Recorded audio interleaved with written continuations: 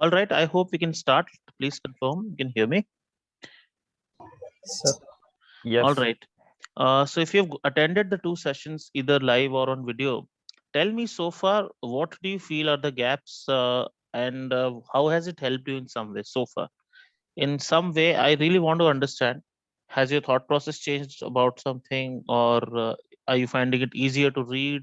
How has it helped in some way? Because if hadn't helped, you would not be here in the third session. So I'm guessing some help is there. Yes, please tell me.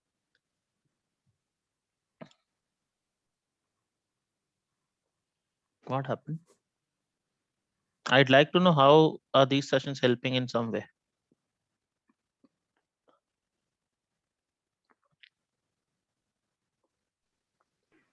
So when we had the sentence correction class, in that we had one sentence correction related to Louisiana Purchase.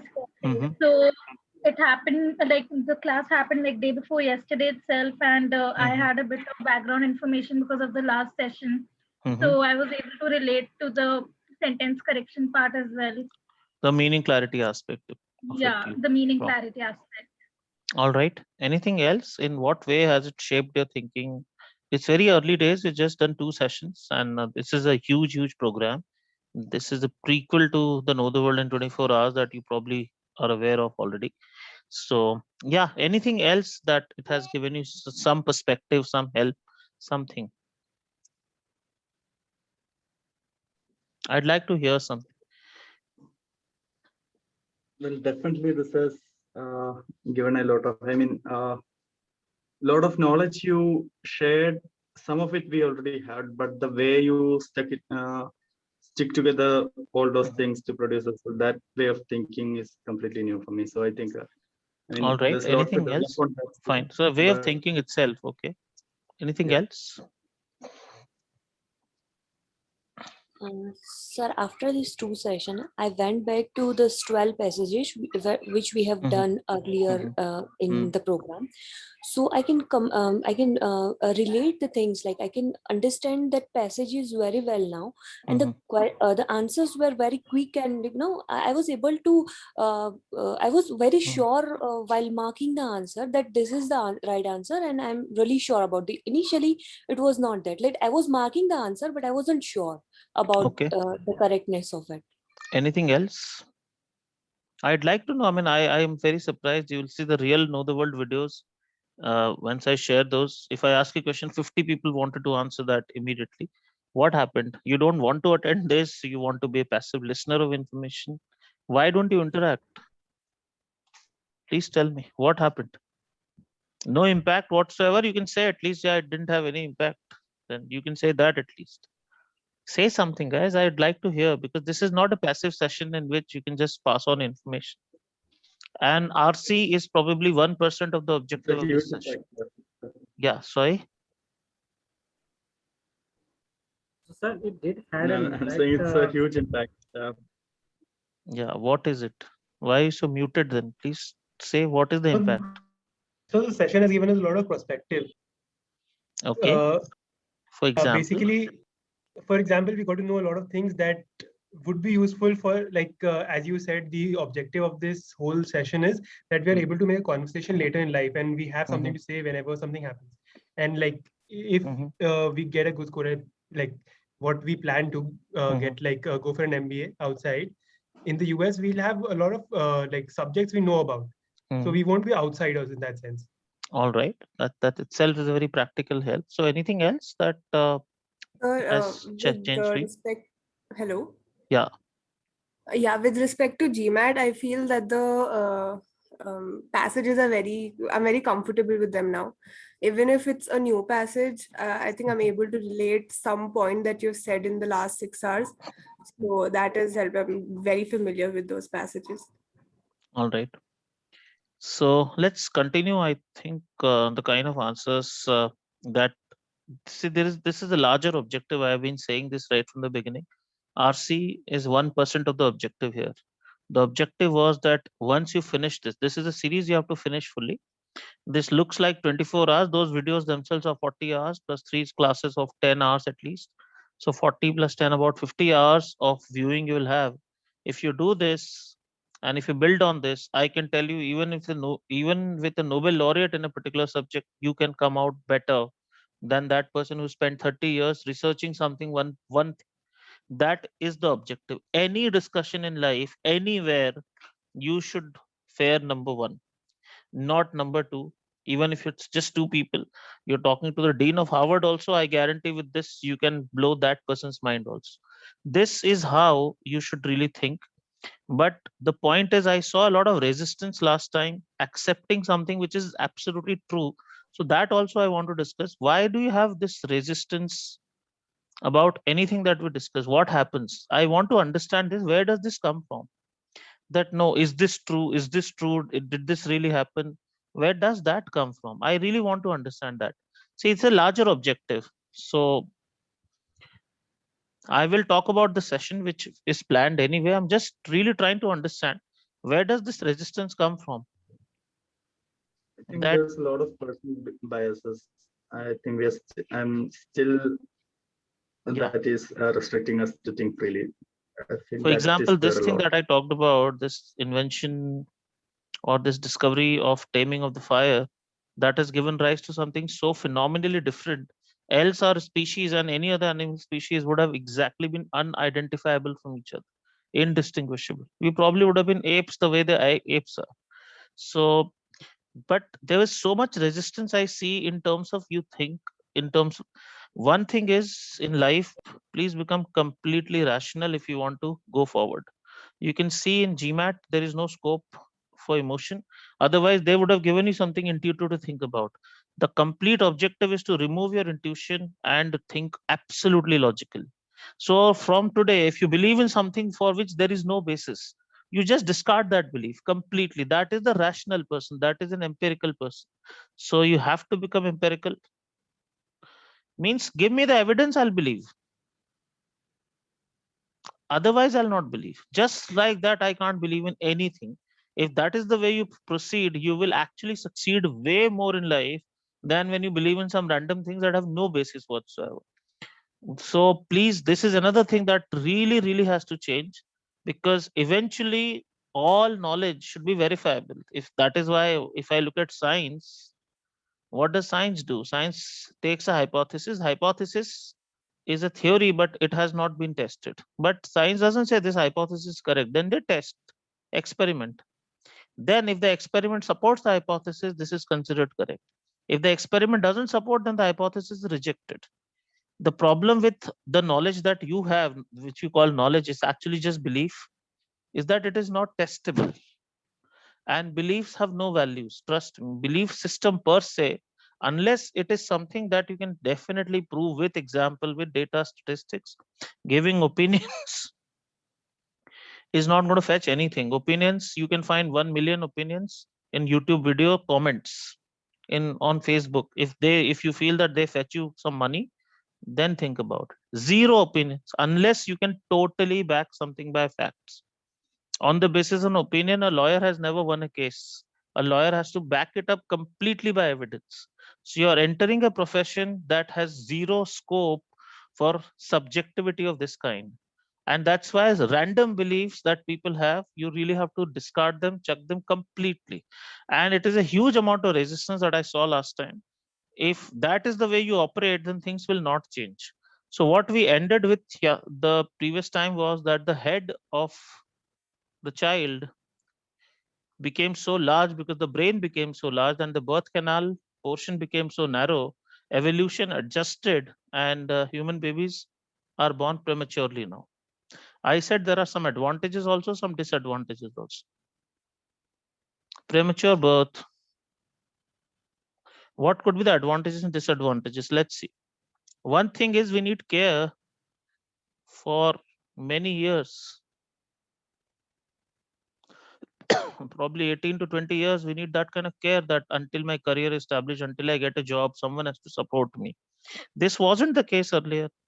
When we were born with 18 months gestation, immediately after a few hours, after a few maybe days, maybe weeks, we would be on our own, and nobody will keep on supporting a child through adulthood. That is not how it is.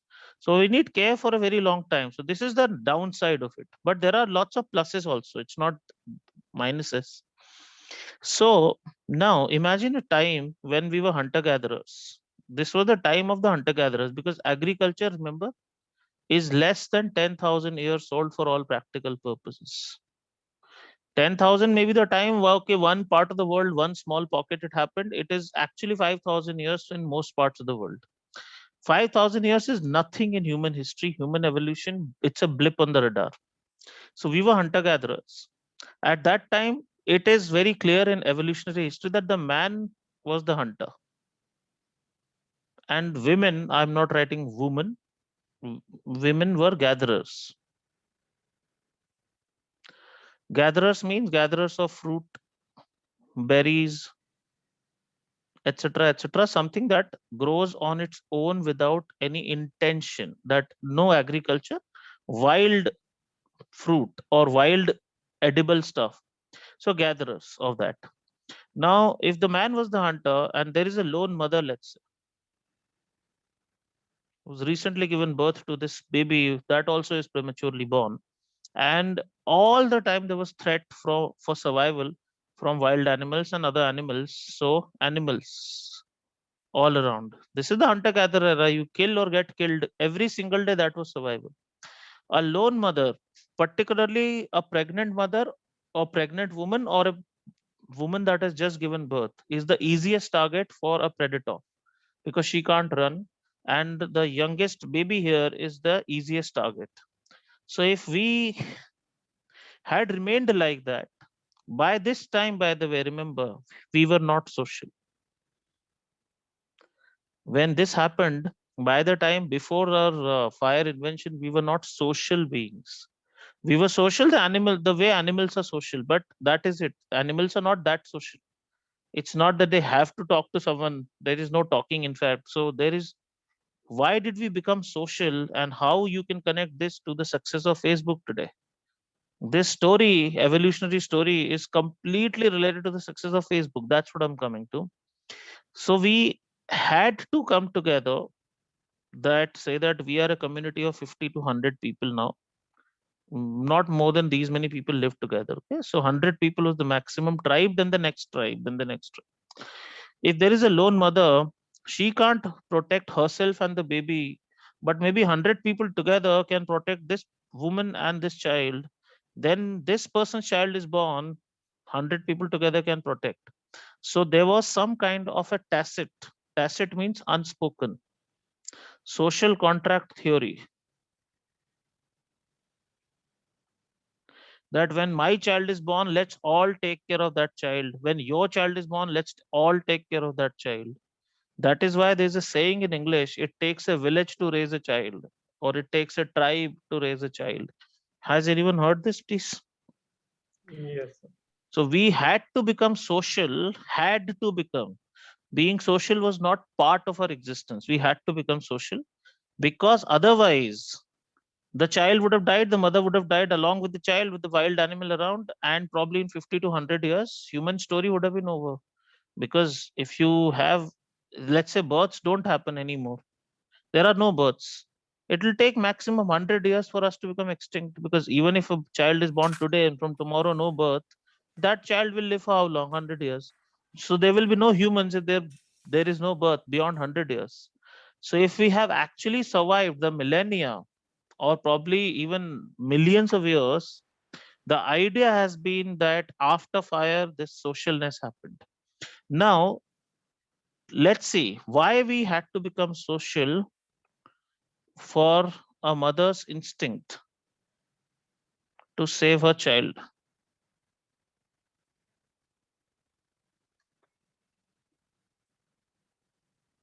This is the strongest instinct in the world, stronger than the instinct for food or sex. Even sexual instinct is less powerful than the mother's instinct to save a child. So this reason is why we are social, because the mother wanted to save the child. And that is why, even if there is no need to be social today, you can order everything online. You waste so much time on Facebook and Instagram and WhatsApp and what not. There is absolutely no need. You can order online, you can live alone actually. There is no need to actually have even one person in your life. But look at what has happened in the last 1 year. How many people have just gone mad just sitting at home? There was no problem. Actually, there is no problem. You can say there is no attack happening. You can order everything online. So why are we social? Because we cannot shake it off, because when something happens over 100,000 years, it becomes part of your genetic makeup. It becomes part of your DNA. So today, if socialness is not giving us any advantage, you want to study for an exam. If you're living with your flatmates and they say, okay, let's just go for a movie, 3 घंटे में क्या फर्क पड़ता है, exam तो 3 महीने बाद है. You will generally succumb to that pressure. Most people will, because this is something that we are carrying as a vestige from the past, when being social was absolutely crucial for our survival, and that was mother's instinct. So today, this is the strength of our DNA and genetic makeup. Even if you want to break all ties and you're very, very determined, you'll still come back to being social. It's an absolute liability as of now. No tiger is running around to kill you so that you need 100 people who can throw stones at the tiger and kill the tiger. We can live alone. I'm not saying we should or we shouldn't. My point is, being social is a big liability. You talk to any super achiever, the most successful time that this person would have had must have been spent alone. You talk about Einstein, the pinnacle of human achievement and human intelligence and human genius is Einstein. That is the inspiration for everyone, from Google founder to Microsoft founder to Tesla's founder. Everyone, Einstein is the final inspiration. You talk about Elon Musk, if you feel that he must have been a very social person, this is not possible. If you say Steve Jobs, it's impossible. So when you are doing something extraordinarily big with your life, you can't be with people, because groups always bring down your intelligence. Groups are not going to bring your intelligence up.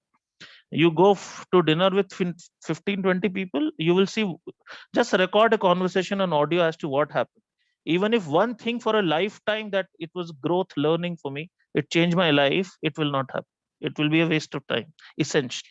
I'm not saying you shouldn't. That's not it's not an opinion I'm giving. But this is what has happened, and we cannot shake it off, even if we want to. For tens of thousands of years, we will not be able to shake it off. It's part of our genetic makeup now. So it is a saying, it takes a village to raise a child. So this is something that really, really applied. Now, this was the downside of it. What are the pluses? What are the pluses of a premature birth? There is no animal in the animal kingdom whose brain half developed inside the body and half of it is developed outside the body. That is why human brain continues to grow. That is why the front part of the brain is soft, we know, for the baby. And about this part of the brain grows once we are born. This doesn't happen in any animal. So this is another proof that fire was the reason this happens. But one part of that very good thing because of that is we are teachable. We are teachable. Absolutely. You can teach someone to be religious. You can teach someone to be atheistic. You can teach someone to be artistic or mathematical. You can teach someone quadratic equations. You can teach someone Newton's laws of motion. You can teach someone management theories. We are totally teachable. Animals, there is no concept of teachability. Imagine if this was not there. There was no concept of knowledge transfer across generation.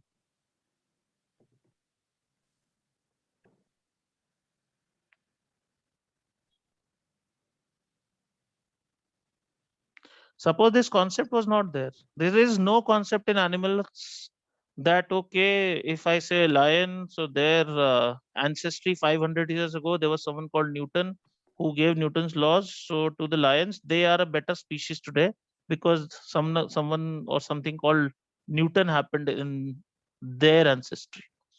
If this hadn't happened, we would be exactly like animals. We would not even have basic mathematics, because if I say laws of motion, if we study, which is the backbone of all science today, not the electrical kind, but all other science, mechanical and civils, all of it, this is only possible when some knowledge has been transferred. If this knowledge had been there, but there was no way of transferring. So we are teachable. That is an extraordinary plus. That's what makes us human. This wouldn't have happened. That's why you can compare with any animal. Is an animal teachable to the extent that we are, that we can even think about going to the moon? Do you think something like this would even be a thought in the entire animal kingdom? We can think of actually going to Mars. We've already sent probes to Mars. We can think of creating an iPhone. We can think of creating a Facebook-like platform, even coming up with the internet itself. This is not possible for animal kingdom. So how a lion was 1,000,000 years ago, exactly that is how a lion is today. You can't say that there is any evolution. There is none. The only evolution is it is becoming faster because the prey animal is also becoming faster. That's it. But there is no change that the lions are more intelligent today. They can learn it. They can learn addition. They can learn subtraction. They can learn nothing. They can't learn a language. So imagine this, we are teachable only because all of our brain is not developed inside the body. Part of our brain, especially the front part of the brain, is developed outside the body. If there had been no teachability, we would be exactly like animals because there would be no knowledge. You would be born, you would be climbing trees, you'll be living in caves, you'll be surviving the way animals survive. That's exactly how this. So because we are teachable, this is a big, big plus. So what all has it led to? Let's say it has led to being social. Now children cannot learn through facts. Till the time this brain is developing, it is developing mostly in the first 2 or 3 years, but up to 5 to 8 years also it is developing. Notice something that I'm saying. Suppose you live at a place where 5 to 6 languages are spoken. You leave a child of 3 years of age anywhere with all households where 5, 6 languages spoken. A 3-year-old child can pick up all the languages fluently because the brain is still developing. The child is teachable. Tell a 30-year-old to learn even one language completely fluently, this will not happen in a lifetime. You want to learn French or German or Russian completely as if you were a native speaker, you forget it, it won't happen. So what does this mean? Why can a 30-year-old not learn a language and a 3-year-old can learn? Because the brain is developing. That tells us learnability. Learnability drastically reduces when the brain is not developing as much. So this is another thing. Children cannot learn through facts while the brain is developing. How are children taught? In facts or stories? Please tell me. How are children taught? What is your answer? Stories. Why are children taught in stories? That even animals speak in children's stories? We know animals don't speak, but in children's stories, all animals speak. Why do we teach them something that is not true? There is a reason. That's the only way they can learn. That's the only way they can learn. So we had to be very good at storytelling. Humans are born storytellers, especially children. Very, very good, because we cannot learn facts. And we cannot transfer facts from knowledge from generation to generation. I told you, even a 10-digit number, 9, 1, 2, 3, 4, whatever your mobile number, also you will find it difficult to remember. If I give you 10 numbers to remember, just 10 numbers, it's such a simple thing. You'll find it very hard to remember 10 mobile numbers, phone number. But you can remember 10 million stories also. If they are told to you every single day, any story you will not forget. So if knowledge transfer happened, and remember, there was no writing. The writing is an extremely modern concept, probably 2000 years. There was barely any writing. Every transfer had to happen orally. In oral transfer, only stories work. So we have the story of the Bible that was not written earlier. We have the story of the Mahabharata, the Quran, whatever, the Bhagavad Gita. These are all stories that this was the battle being fought, in the battle this happened. This is all oral initially, and oral means it has to be only in terms of a story. Otherwise, think about it. Why attach the story of the Mahabharata with the Gita? Why attach? You just give the lessons.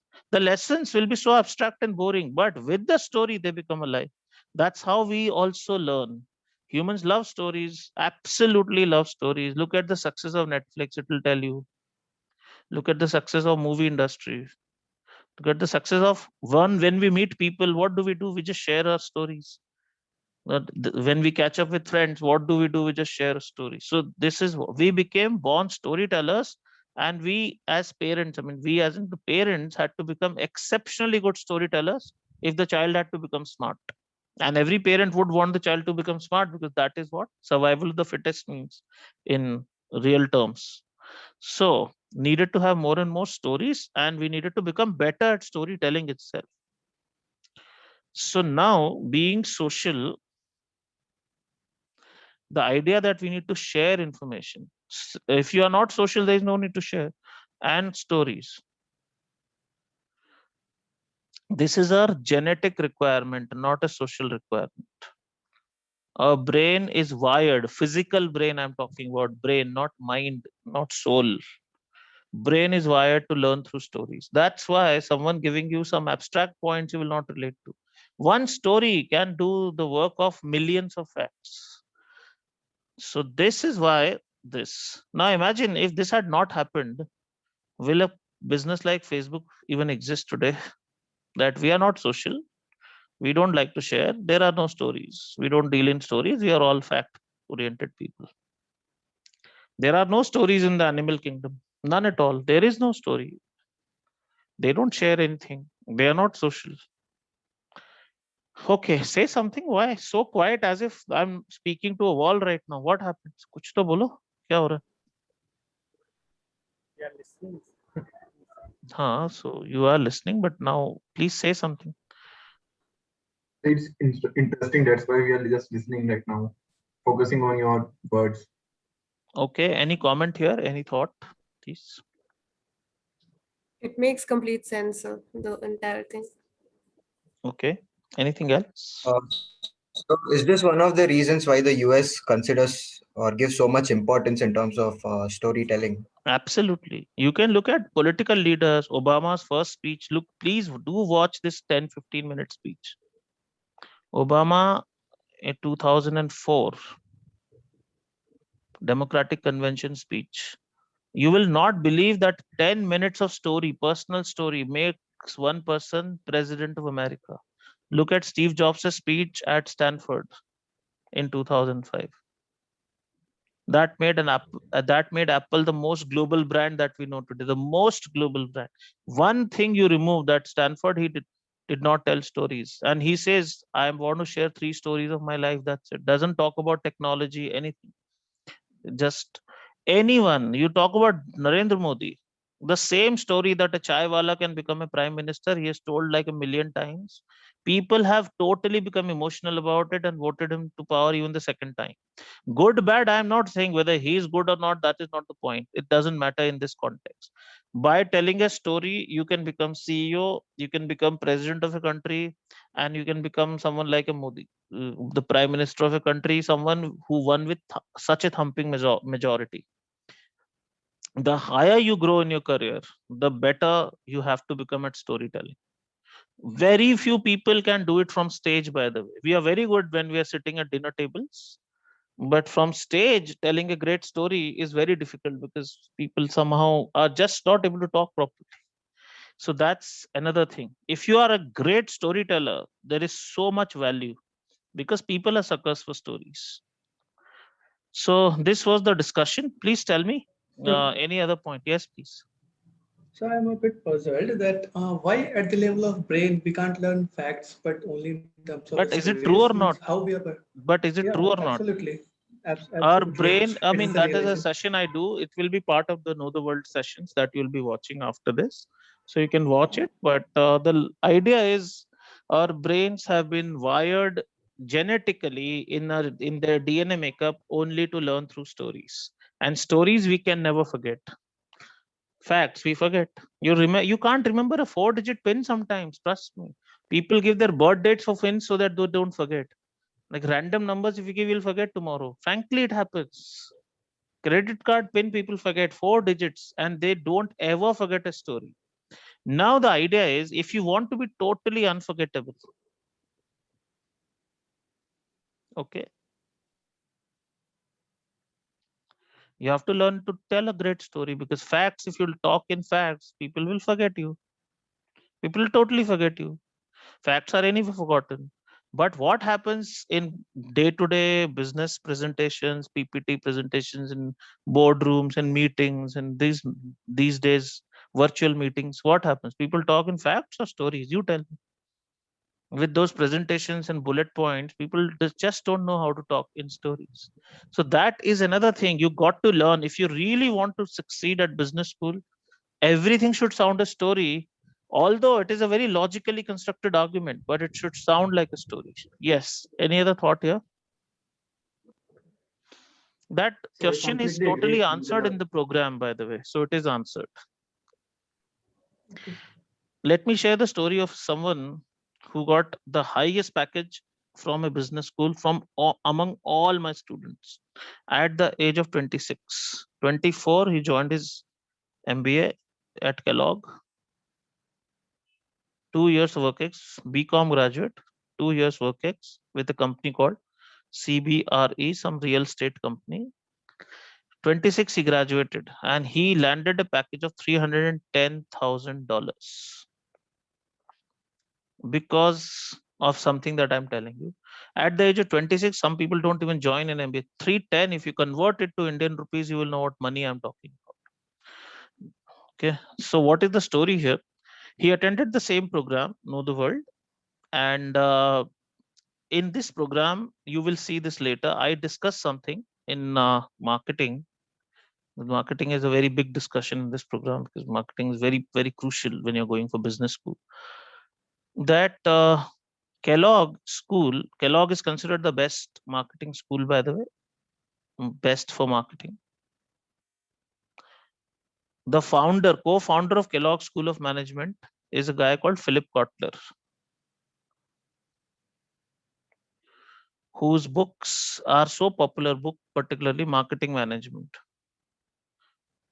Anybody studying commerce, economics, BBA, MBA, whatever, without this book, you don't become one. That's how. So marketing management, this is an extremely popular book. In fact, marketing, there is no second book that people even refer to while doing their courses. It's a standard curriculum. But this guy wrote this book in the 1960s and 70s. So he updated the book. This book talks about 4 P's of marketing. Who is this guy? He's the co-founder of Kellogg School of Management itself, and Kellogg is the best marketing school in the world. 4 P's of marketing. He talks about product, price, promotion, place. Remember, he was talking in this era where there was no internet, there was no digital era at all. It was all. So in a digital era, product is something that is physical product. Okay, a soap or a shampoo or a refrigerator or an AC, whatever you can touch and feel, hard product. He was not talking about a service like Google or Facebook, which is not actually a product. Today, when we think of the word product, today we think of an app. That's not how we have come up from the ranks. Price, there has to be, obviously, when you market, obviously there is a concept of price. Promotion is part of marketing. That is marketing itself. And marketing is done at a place. That where are you selling? If there is a restaurant in a neighborhood, that will market in that neighborhood. Now, when this happened at that time, I did not tell him to do what I'm coming to. Google was the #1 brand in the world for a short duration. And he was from commerce, so he had also read this book, so he knew about this. And I said, you should just burn this book. It is useless. This is what I said. I mean, I am known to make statements such as this, that you burn this book. This is totally useless. If this book, if I apply it to the #1 brand, Google has no product. Google is a service.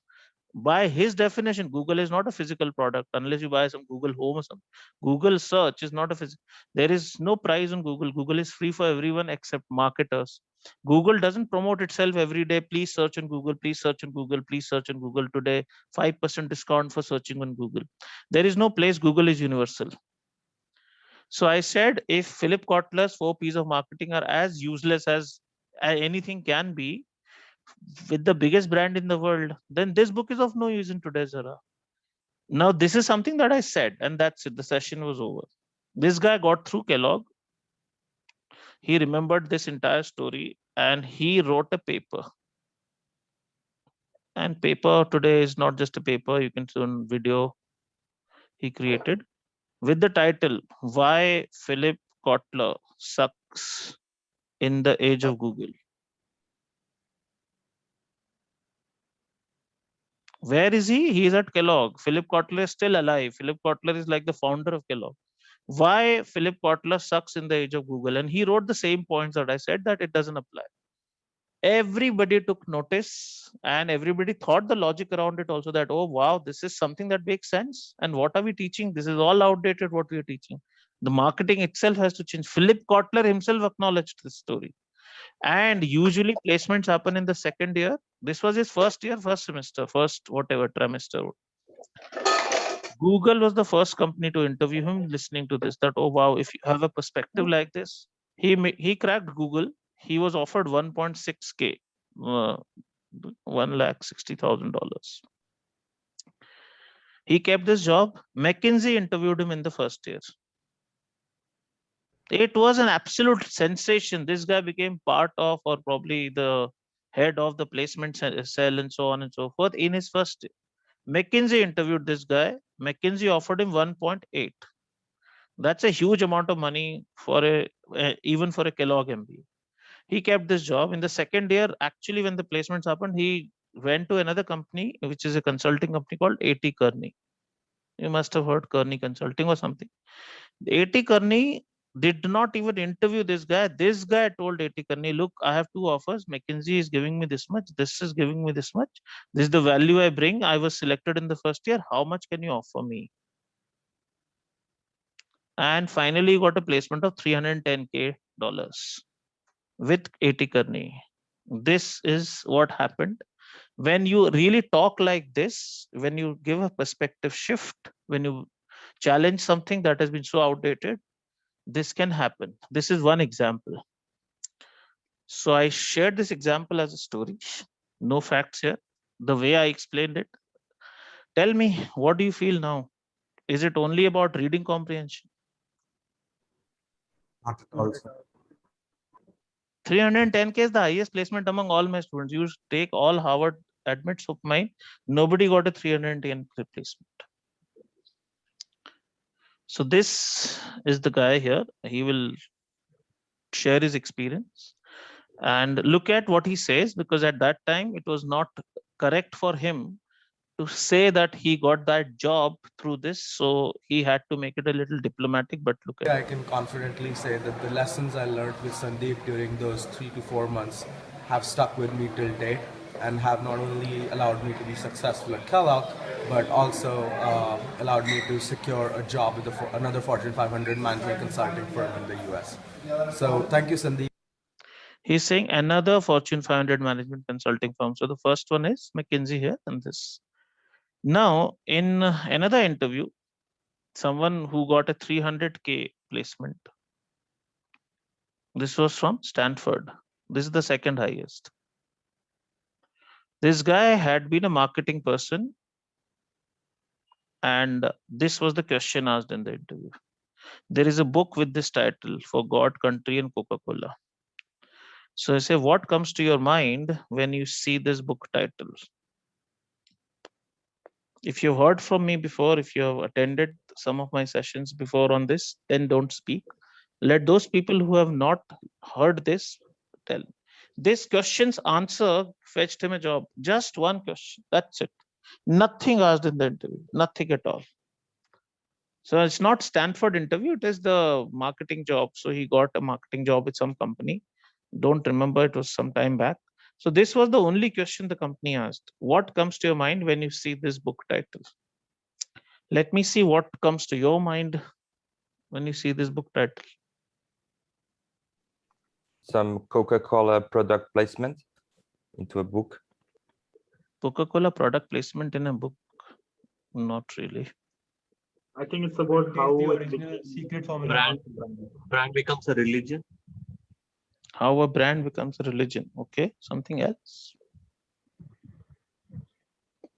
Contains the original secret formula. But that is not God. You have to answer this question. Don't tell me a fact about Coca-Cola. That'll disqualify you in a second. That's not what they're asking. What Oh, comes to your mind when you, and please, if you heard it from me, don't say that answer. There's no point. Let me hear from someone who has not heard this answer from me before. Yes, please. probably highlights how the the how loyal a person is to Coca-Cola, like loyalty Okay. towards God, loyalty towards country, and then loyalty towards Coca-Cola. So how important a brand image Coca-Cola is. That's probably what the book is highlighting, I guess. But this will Yeah. not fetch you a 300K job, right? This will not fetch you. So something else has to happen. I agree. Factually, you are correct. But factually, you're correct. But this insight will not say that, oh, we are ready to give you 300K. That won't happen. So something else, please. Coca-Cola is so much into the blood of the country that it is comparing themselves with God or with country. It is comparing themselves. Who says that? It's not a book written by Coca-Cola company, right?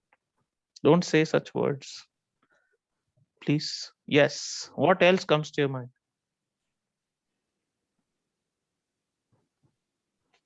It says contains the original secret formula. As of Mhm. what I know, it's a very they've kept it a secret and only very few people know about it.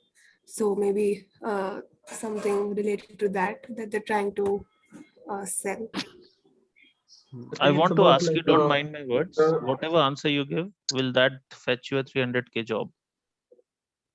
Maybe they are telling in this book that seeing the history and the growth, how Coca-Cola grew during their past, a country can or a person can grow from billionaire to multi-billionaire, like how he can earn money and how a country can I'm progress. sorry, that's not right.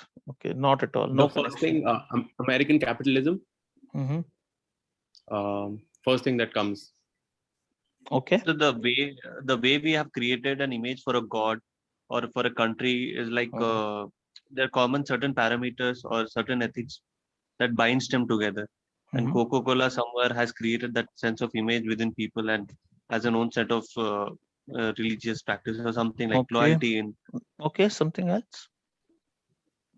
I Let think me it's see how how much a you can soda think. water company can, Sorry? how a soda water company can become one of the biggest brands with a fake story saying that there is a secret formula, which there is nothing. So Okay. that kind of loyalty it commands among the people, I think, among Something the else? entire world. I think. All right. So let me ask you this question. Think about it. Suppose you are a company that produces some kind of soft drink. Sorry. Some kind of soft drink. Tomorrow you change the formula of this.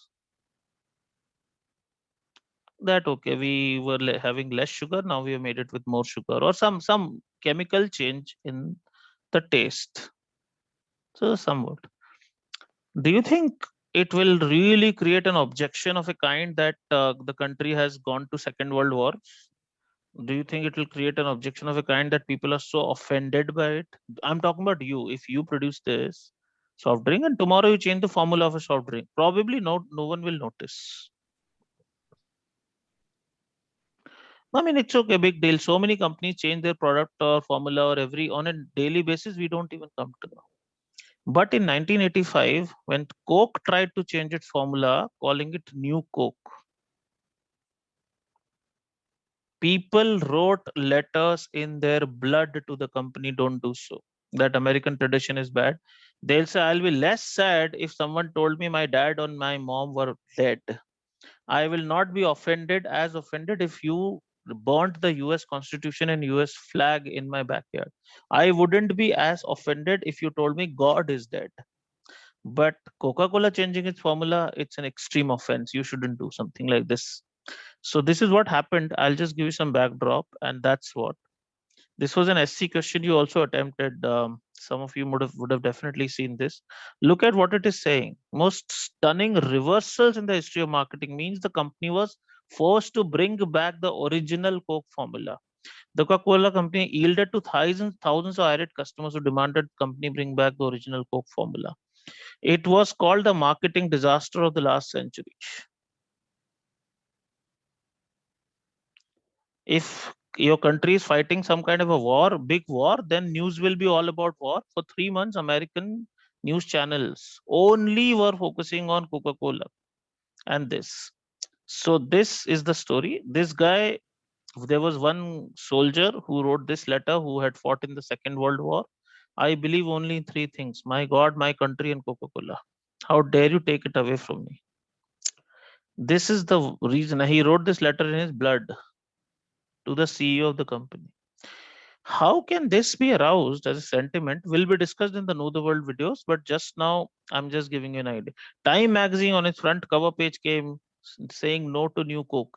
Is this really this big an important thing? Tell me. This important that Coke has changed the sugar composition? That Time magazine on its front cover says no, new Coke is not welcome. Saying no to new Coke. Normally no, but that's what. So this was the story. There are people who said, I don't think I'll be more upset if you were to burn the flag in my front yard. Letter from a customer to CEO. So I'll just show you and I'll just give you some background as to why this happened and how this happened. The Coca-Cola company has always called itself the original Coke. Original word was always attached to this. People's complete loyalty was to this word original, not to Coca-Cola itself, but origin. When they called the new thing new Coke, the word new offended them so much. How can you take something that we've been drinking for so long away? So Pepsi in early 80s was growing. I'm so sorry. And Pepsi was better to taste. In terms of taste, Pepsi was better. So Pepsi started doing nationwide surveys, and they were called blindfolded tests. Not that people were blindfolded. Suppose there's a glass, this glass contains Pepsi, this contains Coke. You have no idea. You have just no idea which is Pepsi, which is Coke. 95% plus people loved Pepsi. They did not choose Coke. But when they were showed Pepsi and Coke logo, this 95% became this. They chose Coca-Cola. The same people, they did not choose the taste of Pepsi if the logo of Pepsi was there on the bottle. Then they chose Coke. What does it tell you about human behavior? How much stupidity is around the world? You can see when there was, this is called a blindfold test when logos are not there. So Coca-Cola was not chosen by even 5% people. That means people didn't like its taste alone, if you look at taste. But in terms of brand, there is no comparison. So they got an idea. This is where logic fails in marketing. In marketing, you can't be this logical. Coke CEO thought, okay, what do people want? They definitely love what? They love the logo of Coke. They love the taste of Pepsi. Let's do one thing. Let's introduce a new bottle called New Coke. Let's give exactly the taste of Pepsi. Exactly the taste of Pepsi, and it will be a Coke logo, obviously. So we are satisfying both their requirements. They love the taste of Pepsi, and they love the logo of Coke. We're giving them both. This backfired because of one word, new. So badly backfired, so badly that it was called the marketing disasters of the century. I'm showing you a 1 or 2 minute video clip as to how people reacted and responded. Okay, and then you'll realize how dumb, stupid, and emotional people can be. Until today, it is the same. You can see Trump's election, when it was not confirmed that he's won the second time, people went to the Capitol building and actually stormed it. Even today, this stupidity exists. After the war and aided by... Let me just share it from where the actual story begins. This is quite... So I have a... Yeah, please tell me. So why is it called a marketing disaster? People got talking more about Coke. It was in the news because for they 3 months. rejected People would it. They consume much more. rejected it. They So, but the original rejected. Coke would have increased its sale because of this. Definitely, because it was being talked about for 3 months everywhere. So it was a marketing success because No, no it marketing was is a bad marketing success later. I'll talk about it. Just a second. Give me a second. I'll show you exactly what happened. We want to really talk about what happened, not what we feel happened. Okay, always talk in fact. So I'm just showing you something here now. Please see this. So I'm saying in early 1980s, Pepsi started what we call blind tests. People love the taste of Pepsi. Coca-Cola launched a new Coke campaign. So let's see exactly what happened then.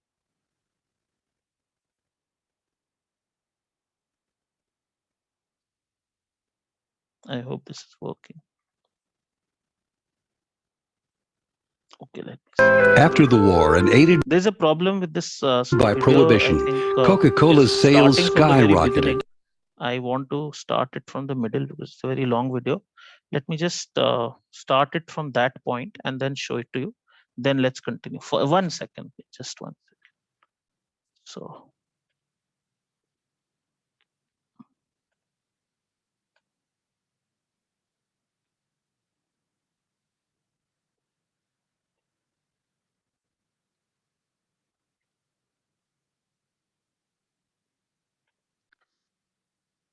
Can you see the complete slide or half the slide? Please tell me. Let's see complete now. Yes, sir, we can see it. Complete slide. Okay, 1 second.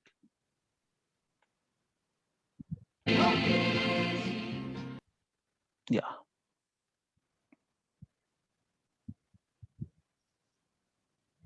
I want you to taste these two colas. They launched a massive ad campaign called the Pepsi Challenge. Fact is, in tests like these, nationwide, more people prefer the taste of Pepsi over Coca-Cola.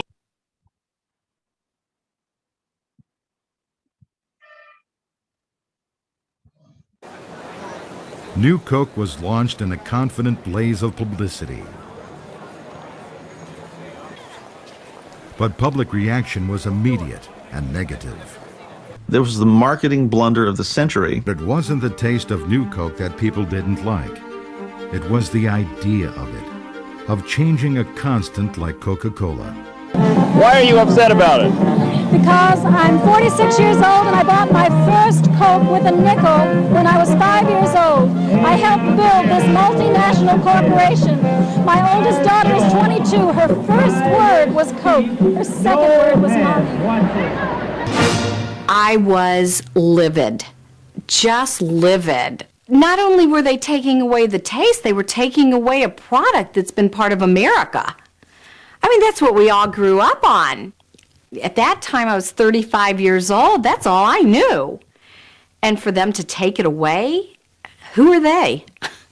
They got these letters saying, I wouldn't be as upset if you'd burned the flag on my lawn. I wouldn't be as upset as if you told me God was dead. I wouldn't be as upset if you changed the American Constitution. I mean, they're changing the flavor of a soft drink. And it dominated the news for 3 months. It was unbelievable. These people sounded as if a family member had died. The taste was almost irrelevant. They had made Coke part of America, as sacred as the flag, mom, and apple pie. I don't like it. Have you tried the new Coke? Yes. What do you think of it? Don't like it. I'm very disappointed. I think we've lost the American tradition. The real taste is gone. It's not there. It's not the real thing anymore. Calls flooded Coke's 800 number. Newspaper editorials blasted the formula change. And New Coke's rollout parties in 45 cities turned into angry protests. Hundreds and then thousands and ultimately tens of thousands of bitterly angry phone calls came in. And a lot of them were from people who didn't even drink Coca-Cola. It was just American citizens who thought that something familiar and important in their lives had been taken away from them without their permission. By mid-May, the Coca-Cola Company's Atlanta headquarters had hired extra operators to handle the 5,000 angry calls coming in each day. By June, they were handling 8,000 a day. Just like the soldiers in World War II wrote these love letters about the brand, the American people were astounded that we would change the formula for a product that had been part of their lives for almost a century at the time it was introduced. And they told us in no uncertain terms. After the You can see what can happen. So this is the story, and if you had told this answer, you would definitely be selected. So this was the answer required. Okay, what did you feel here? Something which is hardly noticeable in daily life can become such a big thing. Yeah. The answer he gave was this only because he attended this exactly. Because These are coincidental, by the way. That is not something that you will be asked exactly the same question. But anybody who's interviewing you will be so impressed by, this is not the only answer. This answer is about 2 hours long. This Coca-Cola answer is about 2 hours long. And it will be found in those videos. I'm just giving you a glimpse of it, that this can happen. So I said it goes way beyond reading comprehension, way beyond reading comprehension. So that's what. Any other comment here quickly? I think Coke is a religion in the US in the 80s. Okay, anything else? This has been totally amazing, as in I didn't know the story behind it, and it gives you a new level to think about. I mean, yes. Anything else? Good. We can say brands are more powerful than products. That's why US aimed at creating brands. Absolutely. US always believes in creating a brand. India doesn't create even a product properly. Forget a brand. Forget a brand. We don't know how to create a brand. That is not our thing. Our thing is we'll do our job 9 to 5, head down on the computer, and somebody else will notice. That's not the world we live in today. We live in the world of brands. And that's how it is. I mean, that's something that one has to embrace. Yes, anything else? It's so amazing to see that how people can actually make a company revert No, back but its that's the formula. point. That's the point. How this happened is not what I've told you. How Coke could make people so emotional in the first place? How did they market in the 40s and 50s? That will be the answer. So there is a World War II connection also here. I can't tell you about it right now because that's not the objective of these 3 sessions. But really important to know that this is something that has happened. Okay. There is one more SC question that this was just a sentence correction question, by the way. Also, when you see, this was an SC problem. Let's see. This some of you may have seen already. Some of you may not have seen. This is exactly what is written in this. This has happened. The marketing disaster of the century. One more sentence correction question. There's some background story. If you have this sentence, what will come to your mind? Suppose this is a sentence in some case study. This is a real GMAT sentence, by the way. So I'm not making anything up. Suppose this part of a case study.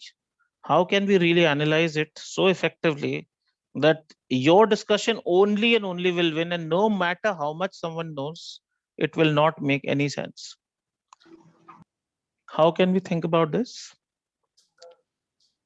So I'm trying to tell you, please remember, always learn to talk in compare contrast. Is this an implosion from the inside to outside? No, that's not the point. And something, it's not about science that I want to talk about, something else. Always learn to talk in compare contrast terms. That means don't just give facts. There should always be a comparison with something. For example, this says, as would the case with any star of its similar mass, the sun is a particular type of star. It's not a very huge star, and it's not a very small star. It is somewhere in the middle. Once the sun exhausts the hydrogen in its core, the sun in its core, first of all, what is the size of the sun? First of all, let's see. It can accommodate 300,000 Earths. This is the size of the sun. If you see the Earth size is so big, the sun is so huge. It is 3 lakh times the size of the Earth, 300,000. In its core, it burns a fuel called hydrogen through the process called nuclear fusion. The central temperature of the sun is 2. What is the temperature of sun's core? Anyone who knows? 2 million degrees, 2 million Kelvin. It's extremely, extremely hot. And it uses the formula called E equal to mc square to generate this kind of energy. The amount of energy it generates is, till today, whatever energy has existed on Earth, whatever, it has all come from the sun. Every single type of energy has come from the sun. So energy. Now, the idea is, today, if the sun is existing, it will continue to exist for 5 billion years more, even if it is burning fuel. How much hydrogen is it burning per second? I'm telling you, 1.5 million metric tons per second is the rate of hydrogen. Metric tons per second. If you write this down, it's a very, very large number. And this is for 1 second. It is not for 1 year. And despite that, it can go on for 5 billion years. 5 billion, if you understand this in lakhs and crores, it will be 500 crore years. Human existence on the planet is less than 1 crore. I told you, we are just a few lakh years. We are less than 1 crore year. And this will go on for 500 crore years with the energy consumption of this type. Now, another thing, the sun is only one of the billions of stars in one of the galaxies, and we have billions of galaxies. So it is so huge, the scales of universe, that the next star in the Milky Way galaxy that we are situated in is 4 light years away. Not 4 years, 4 light years away. If light will take 4 years to travel from the sun to the next star, that is just the next star, and there are 100 billion plus stars in Milky Way alone. And then we have billions, hundreds of billions of galaxies in the observable universe. And then the universe is not complete because only the light that has traveled from 13.7 billion years ago has reached us. So the complete universe we don't know. And then there could be a situation of multiverses. So that is the scale of the universe. Now, this is not what I wanted to talk to you about. Now the whole idea starts. Please listen to this carefully. If we capture 15 minutes of all the energy that falls from the sun, 15 minutes of all energy that reaches us from the sun, if we can capture all of that energy as it falls on Earth, when the sun is out, if we can capture all of that energy, just 15 minutes of sun's energy when it falls on Earth, we can power our entire planet's energy for 1 year. It's not 15 minutes per day. It is Earth's entire energy requirements per year can be met with this much. Only this much. So 15 minutes of energy that falls on the entire planet, if we can capture that energy, all the cities, all the cars and all the factories and all the phones and all this, whatever a power requirement, homes, computers, whatever we have, electricity is not the only power, any kind of power requirement that we have. Whatever runs our cities, whatever runs our factories, whatever runs our offices, homes, every requirement of all the 7.5 plus or 8.5 whatever billion number of people for 1 full year will be met only by capturing 15 minutes of sun's energy as it falls on Earth. So now tell me, is energy the problem, or is the harnessing of energy the problem? Please tell me. Harnessing and storage. Harnessing and storing. That is why so much interest in solar, that Elon Musk also invests in a company called Solar City. We have not even scratched the surface. If we can capture solar energy the way it is possible, maybe in the next 10, 20, 30 years, there is no dearth of energy for 500 crore years. We will have energy from the sun. All the energy, if you look at the food cycle that happens, the entire cycle, the beginning of that is the sun. The sun will power the plants through photosynthesis. Plants are eaten by human beings and herbivores. Herbivores are eaten by carnivores, and so on. Then this is. So all of the energy that we get on this planet, all of it is through the sun, directly or indirectly. Like, and it is how far away? 93 million miles away. Not kilometers, okay? This is the distance.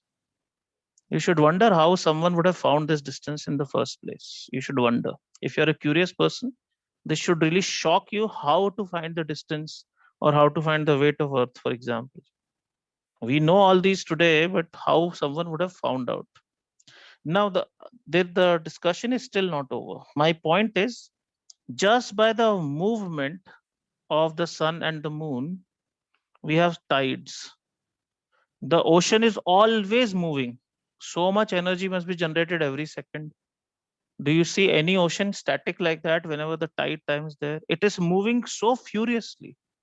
That is not because of the energy of the sun, just the movement. That means gravitation.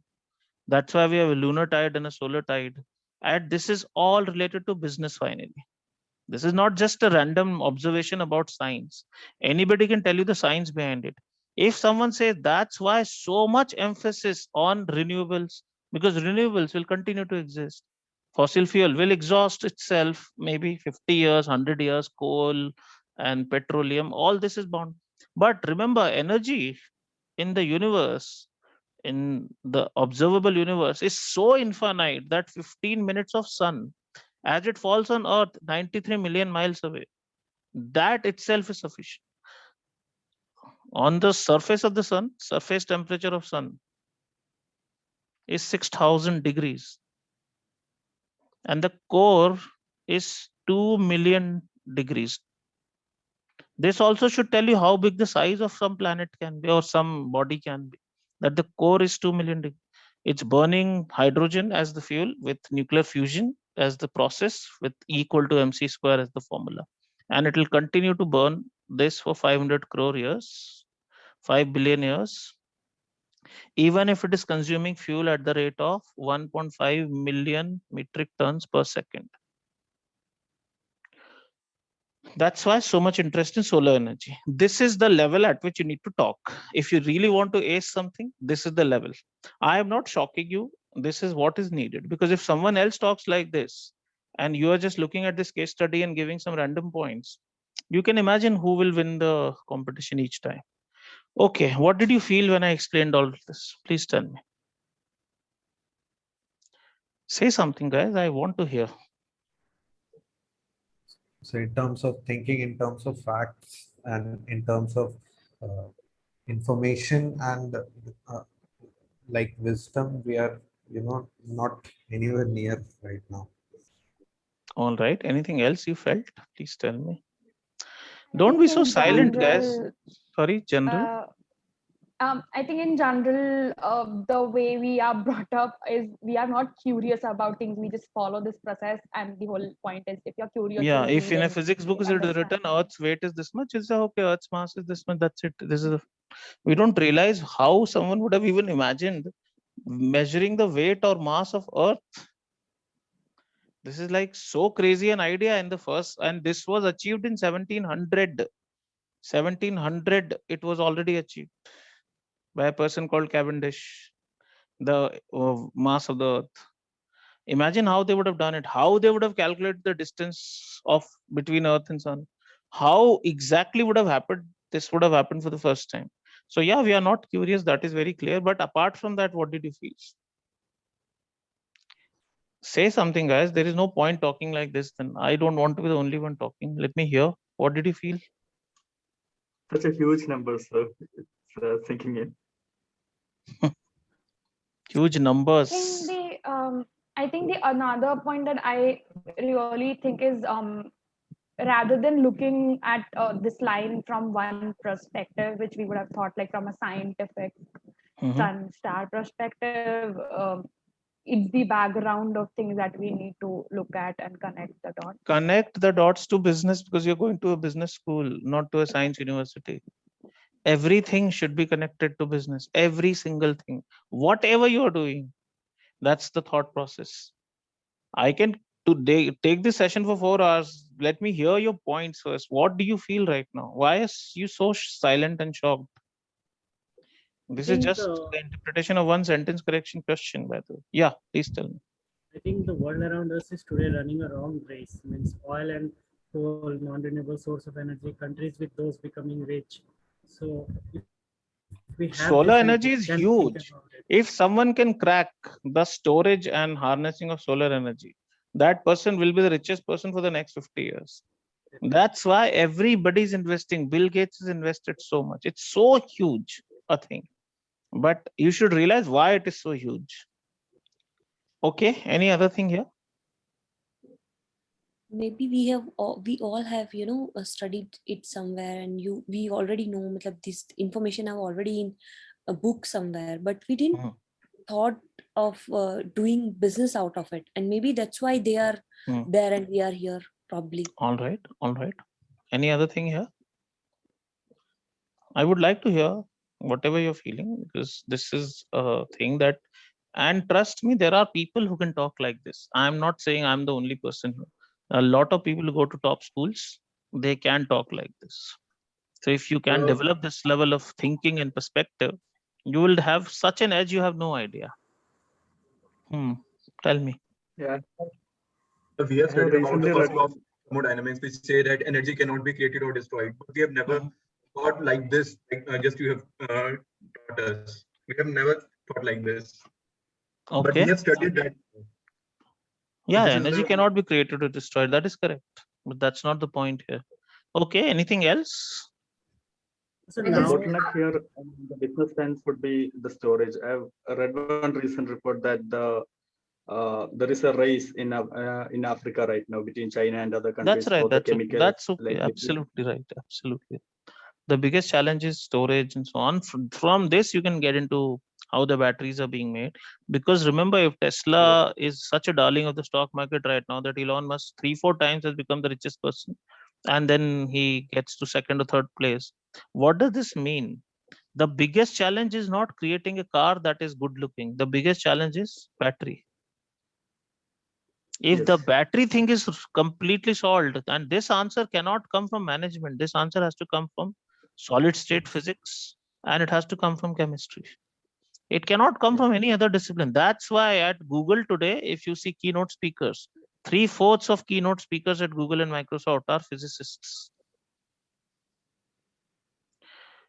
So we should realize that at the core of it, we did that business graph. What is at the core of everything is science and technology and engineering.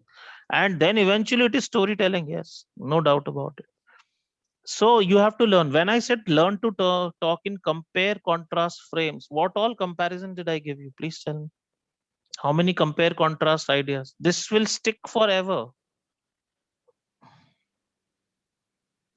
How many comparisons did I make in this? You will not even remotely remember because you're so busy listening to the story and the perspective. But that's what has happened. Anyway, so there are many, even from SC questions you can learn. Let's continue our discussion around various groups in America. So where Native Americans have come from, I have told you, those Africans who traveled for 50,000 years eventually reached. Minorities, though you have blacks and other minorities, Hispanics, Asians. So I'll explain. A lot of passages focus on women's rights and issues and women's suffrage. Suffrage means right to vote. It's strange and unfortunate that till 1920, women were not even allowed to vote in America. Till 1920, they were not allowed to vote. They could not study in a school like Harvard. They could not. Women were not allowed to study. So it's an unfortunate situation where we've come from. But we should know. So what is the purpose of these passages? Simple answer in one answer. The author will always be sympathetic to all of these. And the author will be pretty harsh on the Europeans who did all this. Europeans in this, obviously, mostly, if I am talking about women, then it will be the male establishment, but otherwise all Europeans. So how the Europeans treated the Native Americans, the author will say Europeans were bad, they treated them badly, and Native Americans, there will be sympathy. How the European whites have treated the blacks very badly, so sympathy will always be with the blacks. Same with Asians, Hispanics. So Hispanics are people who came from Spain to South America first, and then from South America they went to the US. Otherwise these people would be called Spanish. So Hispanic is the term, Spain to South America and South America to US. That is why Hispanics. So this is really the important thing about the minority groups. The author will always be sympathetic towards these people. So let's see what all matters. Context matters, background story. So I'm just showing you one by one what all the exam is interested in. Each of these passages will be shared with you. You read this and you'll come to know. So what all is genuinely something that is tested? American history, as we've learned already to some extent. Civil War, minorities, women, blacks, Native Americans. Biological evolution is a favorite topic. Right today itself, I was talking to someone Maybe that person is attending because that person attended the first 2 sessions. So if you're there, Karthikeya. So that he said that my passage on the GMAT, because of which I could not score 700, which was I was scoring, was on evolutionary neurobiology. What is evolutionary neurobiology? Now let's see. Evolution, we know, has shaped our behavior. We read that in a passage. How has it shaped our behavior and our brain? How has evolution shaped our brain and thereby our behavior? That is evolutionary neurobiology. So this is human behavior shaped. That is all these things. So now let's see what all we can talk about. So there are so many passages. I'll show you just the passages just to make sure that you get the point. Animal behavior, fossils. This is one thing that is tested so often, you will not believe. Some modern anthropologists hold that biological evolution. So it's a passage on evolution and frailties that we saw. Okay, let's see. There is another passage, I'm showing it to you. Just look at fossils and origins of bird flight. So this will be all about evolution of animals, from reptiles to birds to mammals, etc. This will be a passage. Look at this. Although many lines of evidence indicated birds evolved from theropod dinosaurs, again evolution, fossils, etc.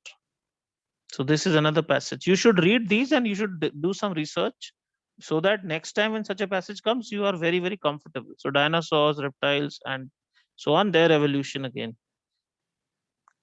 Predator prey, tooth fractures in animals, how the ratio of predator prey is maintained, how tooth fractures give us some hint into how these animals would have been carnivorous or herbivorous, or what kind of foods they would have actually consumed. So once again, animal evolution. Look at this, microwave patterns found on the teeth of long extinct specimens of primate species. This may provide evidence about their diets. Again, East African, this and so on. So this is a fruit eating animal, for example.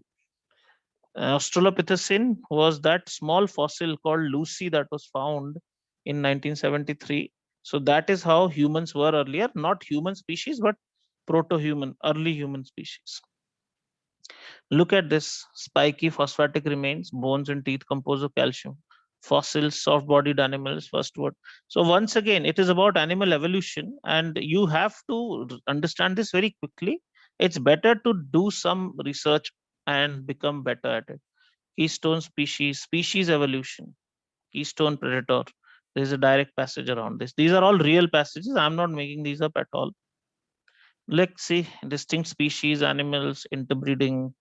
Again, about animal behavior and animal interbreeding and evolution. Genetics, again, how genes control animal behavior. You would just say that animal behavior has nothing to do with genes, because that's what we feel, that, oh, all our behavior is cultural. But this is completely established. Okay, so ethologists are those people who study animal behavior, etc. I'll share these passages with you. Please learn something about these. Social learning in animals is said to occur. So this is another thing. Okay, then we have all living things could be multicellular plants. So these are all things that are definitely tested again. Genetic mutation, bacteria, polio as a disease, again biology. Drastic declines in amphibian populations of these species. So again, biology. And all lizard species, lizards. I'm showing this so that you are convinced that this is asked again and again, so that you start doing some research around this. Okay, bear, this thing, alternative explanation. So how they eat ants, the bears that eat ants. This is the passage. Somebody might wonder, for a business world, why do I need to know all this? It's not about knowing, it's about, even if the topic is very unfamiliar, can you extract the right information? Again, zoologists, all species of phascids, true seals, otolite, and phascid species. This is a tough passage. Anybody who has done RC latest will know this is the passage in the beginning, and one of the tougher ones to read. Then again, tide associated periodic behavior displayed by diatom. That means atom is obviously some organic compound or organic organism. Diatom means 2 atoms, but its behavior is varying with the tides. Tough passage again. So these are all things that are given. Again, species of Lepidoptera. So once again, about in human or animal species again and again. These are standard things: pesticide, biological control, extinctions. So animal origin, animal behavior. Large stretches of salmon habitats have been eliminated by human activity. Again, how animals are suffering today. Predators could affect. So much. Grassland songbirds, how they, and then this predators of these birds, what happens. Again, if you have some idea, it will be easier. Otherwise, you'll be lost in the passage itself. Forget answering the question. Signals used by many animals, so how they behave with each other. So this was about animals. I just wanted to give you some proof that it is something that you must once have a look at. Okay, then we have passages on capitalism. Woodrow Wilson, we saw this passage earlier, challenge to religion, reform. Then this one, development of capitalism. We saw this also, norms have challenged, clashed with existing religious norms, capitalism. So standard thing, this is something that if you learn once, you can easily. Passages on Native Americans, many passages are based on Native Americans. They're also called Paleo Indians, their ancestors, or also called American Indians, those tribes. So many passages will not believe. So again, we saw this passage already, Paul Martin passage.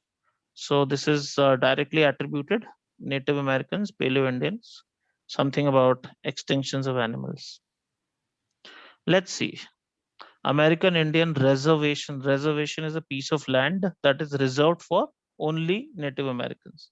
In America, large stretches of lands, bigger than some of the states in India, are reserved. Guys, please mute yourself when you have to talk. Can you do that, please? Small request. There are areas, huge areas that are reserved for Native Americans. Those areas are called reservations with a capital R. If I say there is Fort Belknap Indian Reservation, Indian is Native Americans. They are not Indian the way India people are. So this, if you understand that what are their rights, how they have been mistreated, etc., etc. This is one of the toughest passages I have seen in the official guide. Is there in the official guide, latest official, one of the toughest passages for anybody to understand within time. But if you have the background, you can understand this. Again, Native American customs, Native American something. So this is a standard thing that is asked again and again. There are so many, I can show you Native Americans. There are so many of them. You can just see right now. But if you know their story and if you know how they were treated by the Europeans, and if you know whose side the author will be always, at least this will be easier for you. Again, Hopi people, Native American people of South America, so something. Southwestern states also they exist. Again, Incas were Native Americans. These again there is a passage. This again a Native American tribe, the way we read Oneida and other tribes. So this is another tribe like this. Okay, so Pueblo settlements, that is where they lived, 14th and 15th centuries. Obviously, who would have lived? You can imagine. Europeans had not arrived by 14th, 15th century, so Native Americans automatic. This is a passage again on them. Ethnicity in the United States is about who has come from where. So there is a passage around this as well. Then you have passages on blacks and African Americans. So just showing you some passages I'll share. Please do your research. Okay, we have done this planter legislators passage, slaves, and then slaves proved smarter. This, look at this. We have done this passage also in our session. In the 2 decades between this, more than 10% of black population. So if you know something, it will be much easier for you to read. We have done this passage already in the class. Sir, Yeah. you'll be sharing also All of these I'll share. the key words or the points. Yeah, exactly the same PowerPoint I'll share. Look at once again, this is a passage we saw, Jim Crow laws, American Revolution, racial segregation. So how the blacks have been very unfairly treated. What was this Jim Crow? Jim Crow was a law, and that really was against the blacks in many ways. It did not give them freedom. So that's what. Again, African Americans who viewed, so once again, blacks, they will dominate a lot of RCs. You should know this. Again, black people, black workers, black unions, etc. You can see so many passages. I am just showing you because it is important for you to realize if you want genuine success with reading comprehension, it can't just be that. If you have comfort, then Octave will work wonders. And this is something that I tell everybody in every session. Increase your knowledge base, not just for RC, but in general, increase your knowledge base. Not just knowledge, once again, not information kind of knowledge. Connecting, that is what you have to really, really become very good at. So I know we have massive challenges as on date, but you don't have to remain this bad at it connecting a year down the line. It definitely can change. Otherwise, it's not possible that people who come exactly uninformed, because no one comes informed and fully aware. How can they crack Harvard and a Wharton? They do crack and they do go on to do superbly well in their careers because they improve themselves in this year, the year that you have with us. Again, African American passage, black soldiers, black, white. We have done this book passage also, by the way, Forged in Battle. Again, so many passages on women and feminism. Remember, the author will always be sympathetic towards the women and totally against all the other people. This is the way this thing works clearly. So you should know this because you can make the comparison also. First country to give vote to women was actually New Zealand in 1893, and Australia, then Germany, then USA.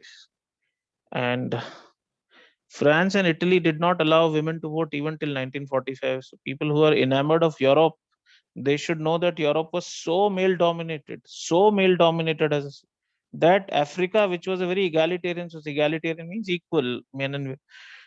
Europeans went there and made that complete continent also a male dominated disaster. So this is where, so you can see, I mean, the world has been unfair for about 50% people in the world, and this is a clear-cut example of that. So you have seen this passage also, Russian women's movement, feminism, bourgeois feminism. I'm just showing that this, if you know something, it will become very easy for you. Again, look at the highlighted words, you will realize feminist theory, feminist scholarship, women's history, women's historians, domestic lives, etc. etc. Femininity with morality, feminism, this feminist tradition, emancipation, whatever it is, you should just know. Once you know the story, it will be very easy for you to handle. So again, passages related to women and feminism. We have done this also, if you remember, Sarah Einstein. So we can done this. Again, emancipation, women's labor, femininity. So this is something that is a constant theme. How women have been unfairly treated is usually a passage. In any sense, that is usually the passage. So Latin American women, Brazilian women, again, South America is still America. So there is a lot that is there as well. Don't feel bored that, oh, what is this? We're just showing the passage. I'm trying to make sure that you realize this is important. Sometimes we just don't read the way it is required. We don't gain our knowledge. If you want to get 100% accuracy in RC and superb conversion rates in all interviews that you will face and superb performance in case studies, interviews means MBA interviews also and job interviews also. Start learning way more, start connecting information.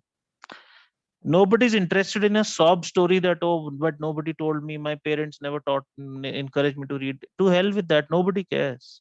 Nobody cares about where you come from. Really, nobody should care either. So that's this. Again, you can see so many passages like this, okay?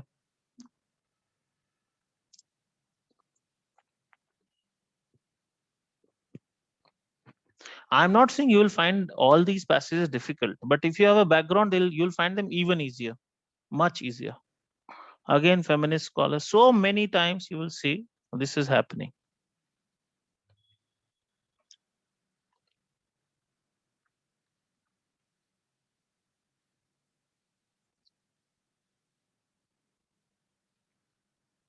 You've done this passage, excluded women passage. Some more passage types are on minority groups or other groups. There is a passage, function of capital markets is to facilitate an exchange of funds among. We find that certain participants who members of minority groups. This was there in those 12 passages.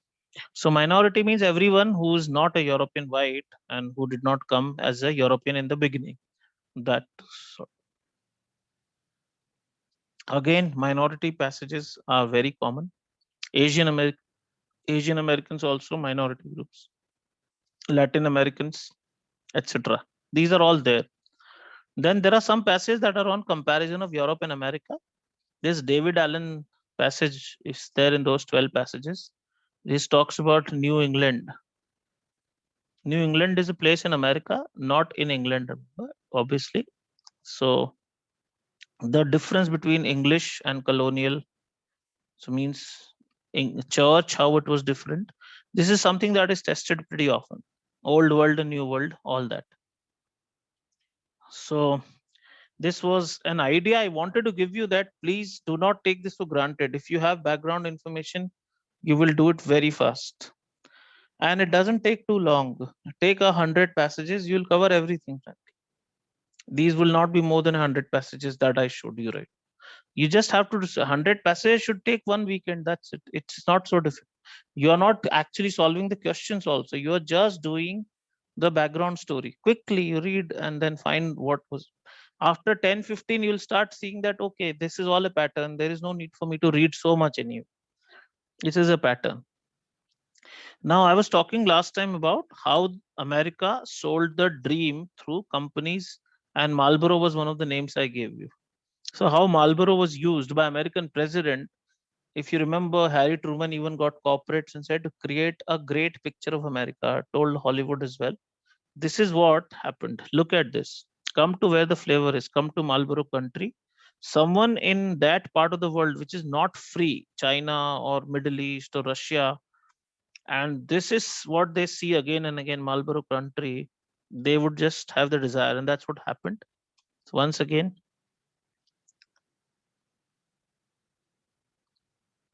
Marlboro country. That's it. And this really made a huge difference. Just one company and one ad made such a huge difference. So they knew always how to brand themselves. There is no question about it. They have always known.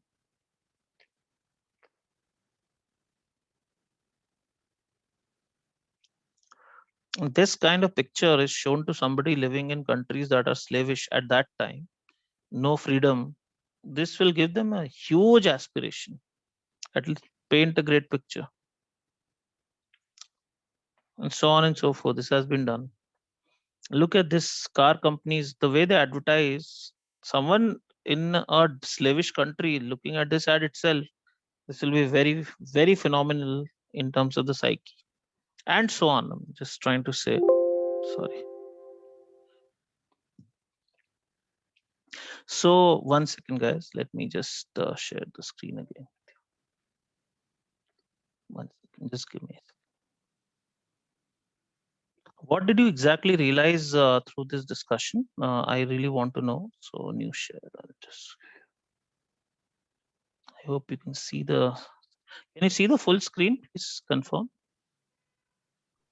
Yes. Yes, sir. PPT. PPT, sir. PPT. Not the full screen. Okay, you can see only the PPT, right? Not the full screen. Yes. Okay, let me see. I think somewhere I lost some control here. I'll just make sure. 1 second. Give me a second. Please. Just.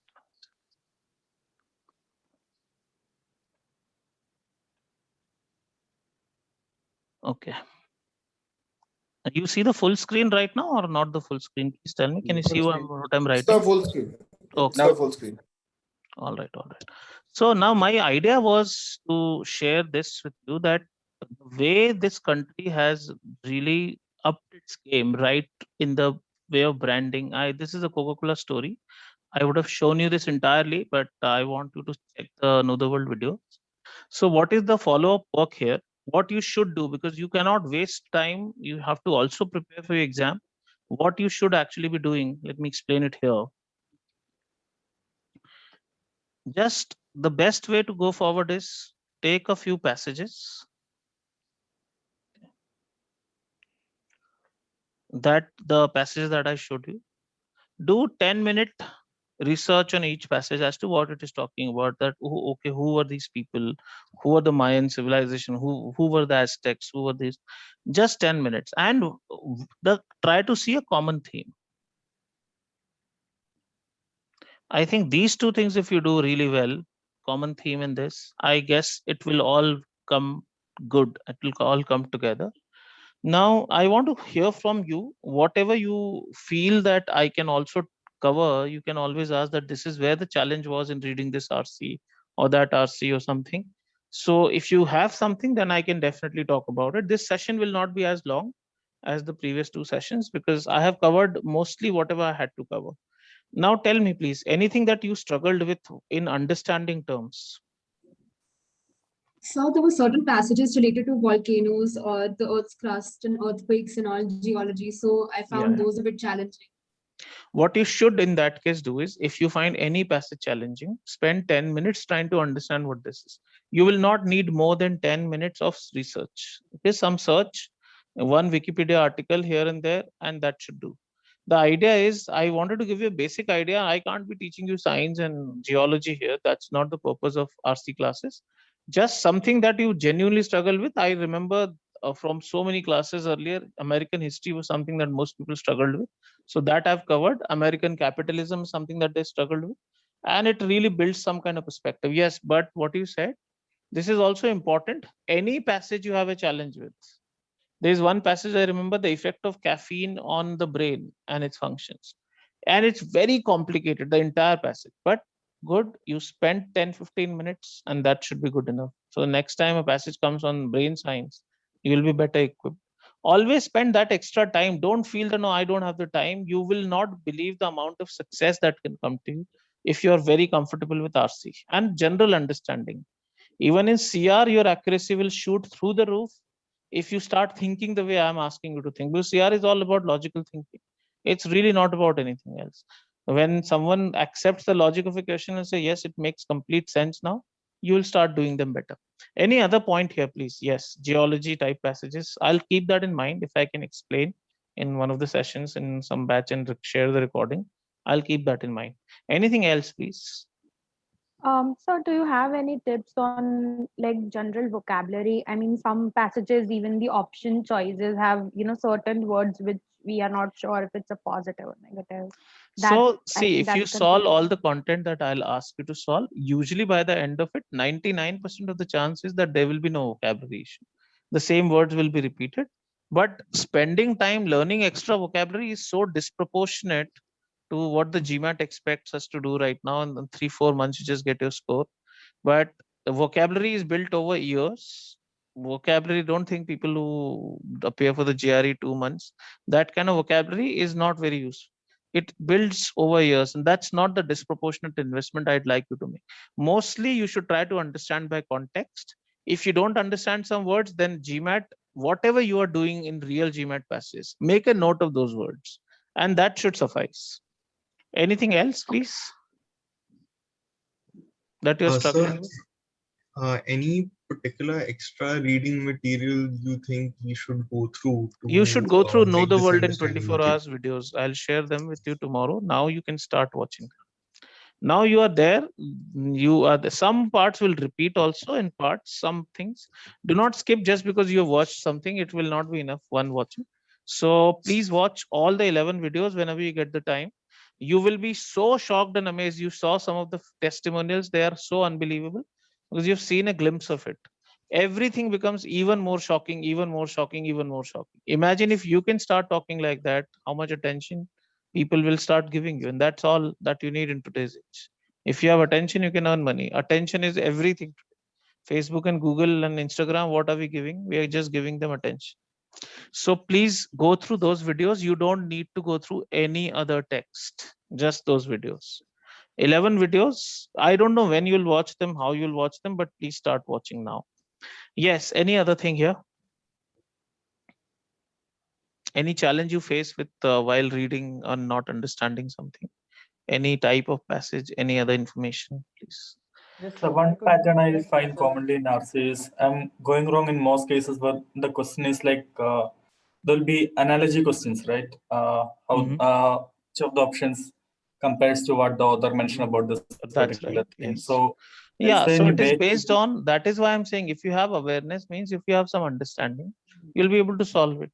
Octave anyway will help you eliminate those answers. But one understand, if I'm asking you, let's say that this is something given in the passage, which situation is analogous to this? I can eliminate all the remaining 4 options if B is correct, but I have to understand this thing. Without understanding, there is no octave, because how will I verify? This is not blind verification. If I talk about something that happened in America and something that happened in some other country, there can be a comparison analogy like that. You have to understand this. You cannot just say, I have to verify blindly. So that understanding will develop when you have more awareness. So these 3 awareness sessions plus know the world sessions, they should come in handy, I guess, overall. Anything else here? Sir, a general question. I wanted to know Yeah. about how feminist movement started, actually, the history and how it shaped across the nations. Yeah. If it's So possible. once you go through this, I'll just give you an idea, by the way. That's a very simple thing. If you look at gender ratios 50-50, and if you keep one group completely suppressed, completely tortured and suppressed for millennia, at some point of time when there is some bit of education at home also, there's some opportunity, this entire thing will burst out as anger. And that's what happened it started in Britain and France, and then it started in America. That why should women not have equal rights? Why should they not have legal rights? Why should they not have this? So this was the birth of it. The birth of it was in the 1800s, not in America. It was in Europe first, then it went to America. So what is your question around it? Please tell me. How did the feminist movement start? It's a very simple answer. Anybody who's deprived, how is it that US Civil War happened? Because slaves, if they're kept slave, for how long can they remain slaves? Any revolution that comes, when someone has been tortured and oppressed for a very long time, a revolution is almost guaranteed. So that's the origin. Now, if you say which country did it start in, it started in Britain and France together. And after that, it spread to many parts of the world. Even today, the problem is there are no proper rights. On paper, if you have rights, but in the minds of people, there are none. So this will continue to happen. And many parts of the world, they actually don't have equal rights. If you look at Saudi Arabia, what is the mistake of a woman who's born in Saudi Arabia, let's say? But she couldn't drive even a few years ago. She couldn't vote a few years ago. So that means most of the rights are not given to them even now. So that is why someday that revolution is bound to come in every country.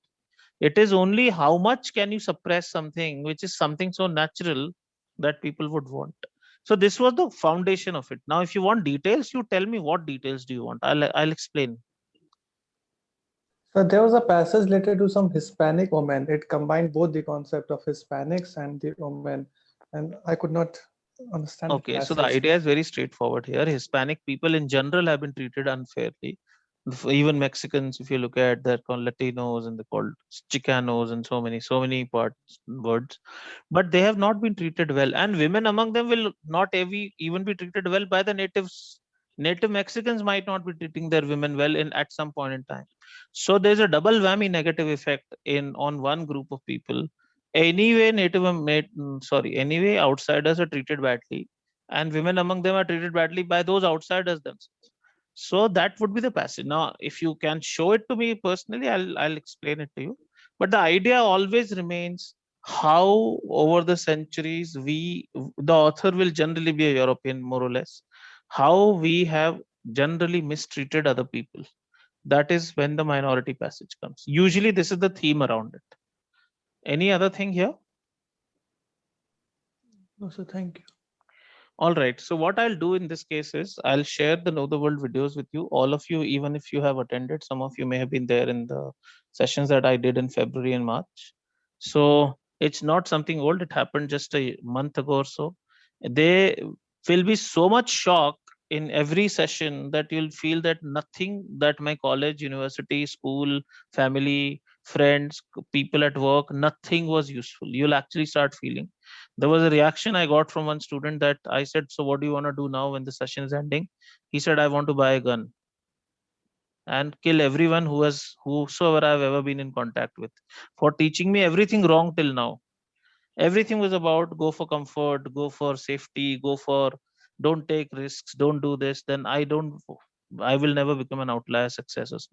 So it's a very strange thing. Someone can say that at the end of your session, I want to buy a gun and kill everyone who has been in contact with me. So this is the impact you can expect, because if you see that just in one line, that sun's energy, it was just one sentence. And if I can create this level of shock for you that you couldn't speak, imagine what 40 hours of such shock can do. And the point is not that I want to shock you. The point is I want you to be so good that other people are shocked. So that's all there where the money is. Even an interviewer, don't try to really cater to the interviewer's beliefs. If you shatter their beliefs, and especially true for Americans and Europeans, they are very happy if you can prove yourself. You can't just say that, oh, you're wrong. You have to really give a logical argument. The way this guy gave that product price, promotion place, all this is useless for the biggest brand in the world, Google. So Philip Kotler sucks when it's in the age of Google. It makes a very logically convincing answer. It is not emotional. So yes, if you talk like that, things definitely will change. I can continue to share story after story of people who have been impacted by this program. But that's not what I do. I don't like to advertise this. I just wanted to share that this can happen. Just see for yourself that these people have benefited so much. And all your life, you will feel you will be ahead in the race if you go through this program. All your life. Any other thing here? Anyone wants to talk about or hear or share, please? Sir, I'm just curious. That's why I'm asking this. It's not related to the content of this videos. But why did you name this program as Know the World in 24 hours? That's the content itself is more than 50 hours. No, it became 50 hours this time. I wanted to finish it in 8 classes or 3 hours. Each class would stretch, and then I couldn't finish whatever because people asked too many questions. So overall, it became 11 sessions, and that's how 24 hours was my target. I couldn't finish. Generally, this is a longer version of this program. Know the World in 77 hours. So that program is 7 days. When I did that live, 12 hours a day. And only 30 minute 2 breaks. So 11 hours of teaching, 7 days non-stop. That's why this was 77 hours. So this was a curtailed version of whatever you need for business school, right? But the program became 40 hours. Its name, I don't want to change now. It's really become brand. So that's what. Anything else? Thank you, sir. Right. All right. So I'll see you in the respective sessions if your batches are still going on. If your batches are finished, please continue studying as per the schedule. You anyway get in touch with me personally if there is something that you're facing. Okay. And I'll share the videos now. You can start watching them. Know the World videos. Bye-bye.